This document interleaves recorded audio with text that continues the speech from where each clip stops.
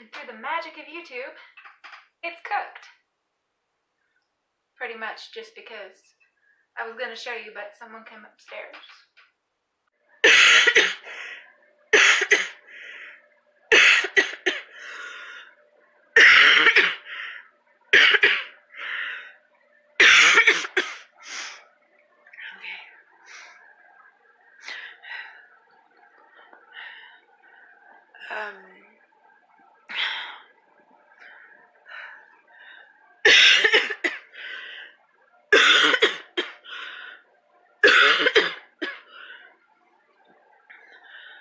So I'm not having the easiest time today.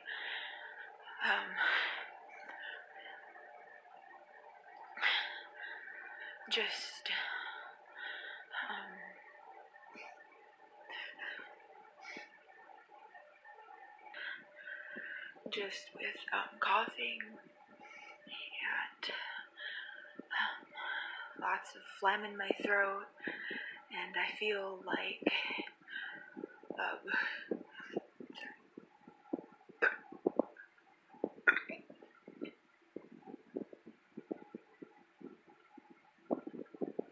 okay, and I feel awful. That kind of cleared it up a bit. Sorry. I feel like there's a huge weight on my chest, specifically my right lung, and I can feel it in my throat, and my throat just feels like it's a teeny tiny little space to get air through, which I never enjoy when it's like that. So anyhow, it all got started this session just I was just calling to Kane. He left his phone in the room.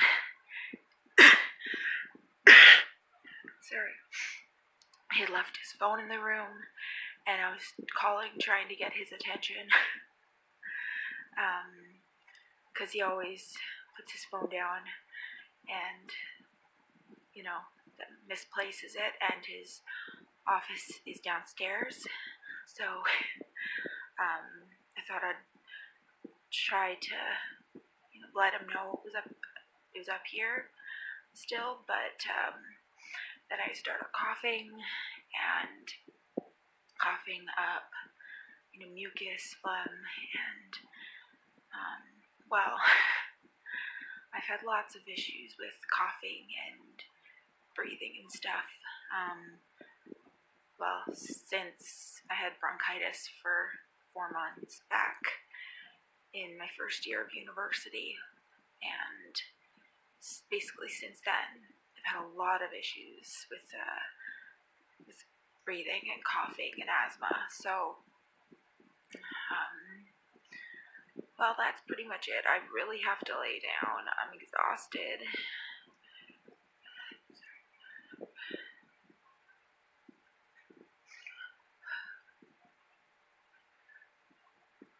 I'm exhausted and I need to take a nap.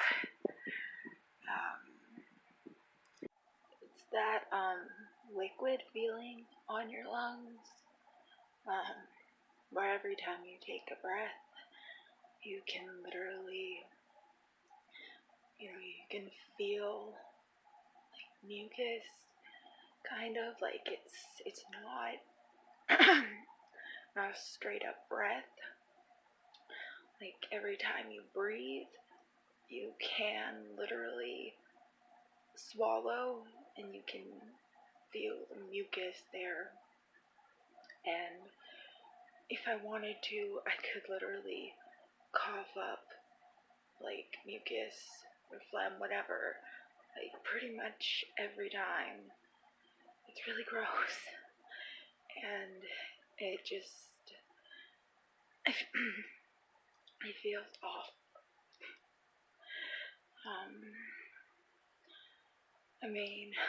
I get cough attacks a lot, but I haven't really had many lately, so I just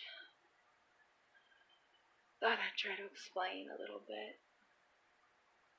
So, last night, I was almost done my pancake cooking, and I crashed. That's really, really normal for me. We just put away the rest of the pancake batter, and once this meat is marinated, I am going to finish the berry pancakes. But right now, I'm just taking use of my energy level, and I am cutting up. It was a half sirloin, which we actually have gotten a couple of times, and I bought many times before.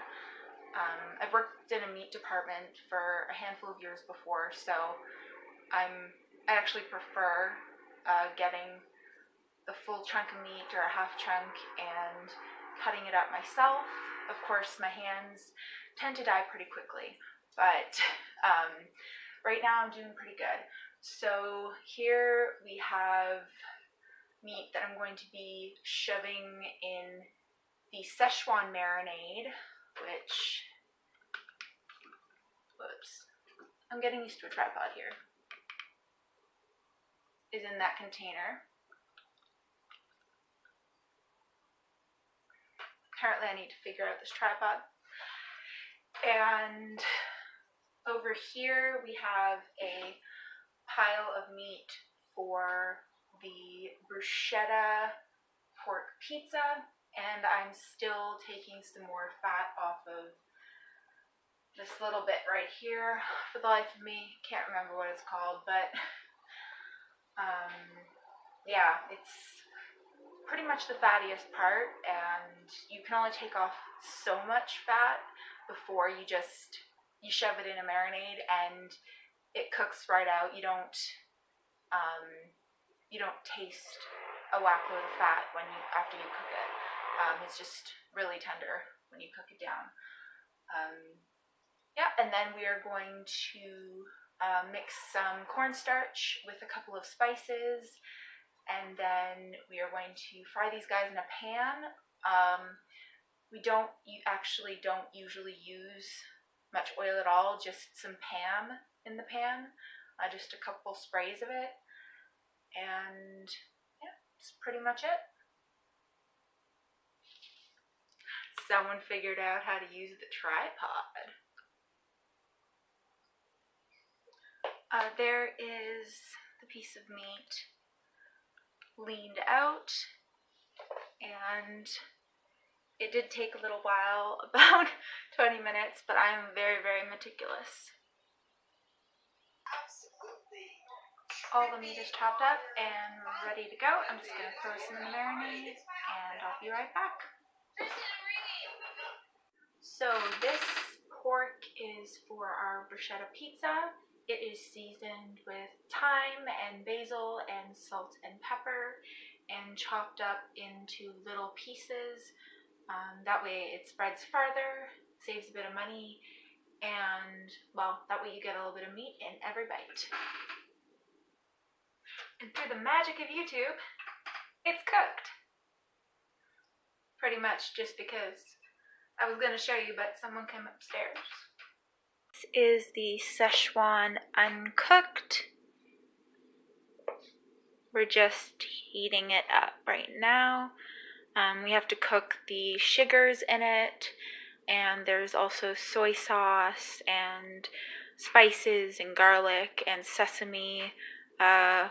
Well, we didn't have sesame oil, so we actually ground up some sesame seeds with some vegetable oil, and it wasn't as potent, but it was pretty good.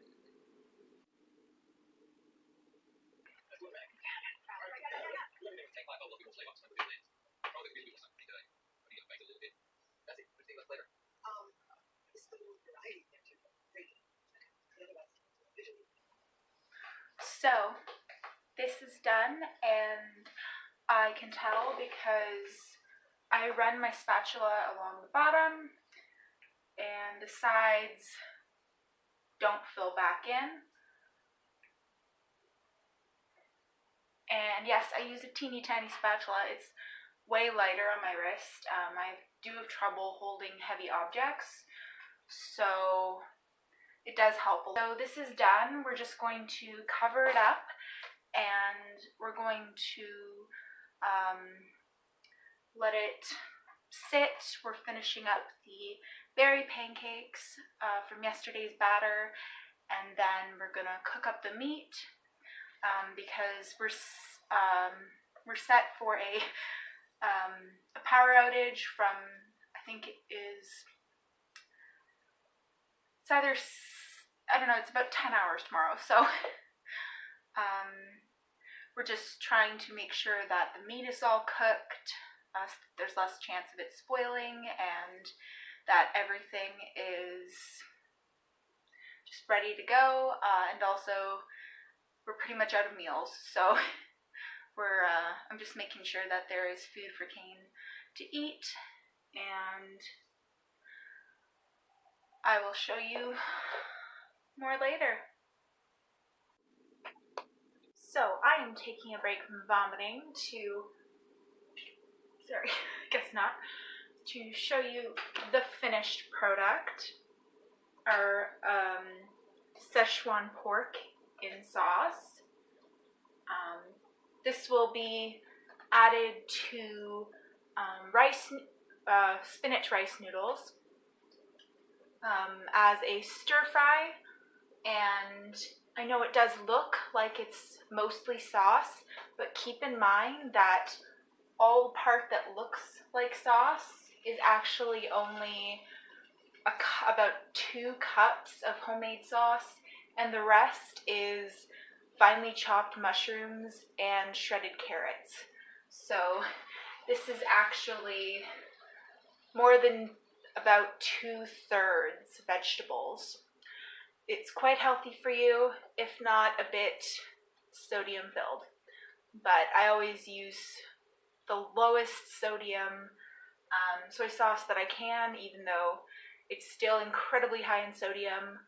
But most recipes I don't add any salt to, just so that once in a while I can do a recipe that is a little higher in sodium and I don't have to make anybody feel bad for it. So that is it, and I think that's actually it for the night. I'm starting to vomit a lot, so I think that I need to turn off the camera and put this stuff away and head to bed. Bye.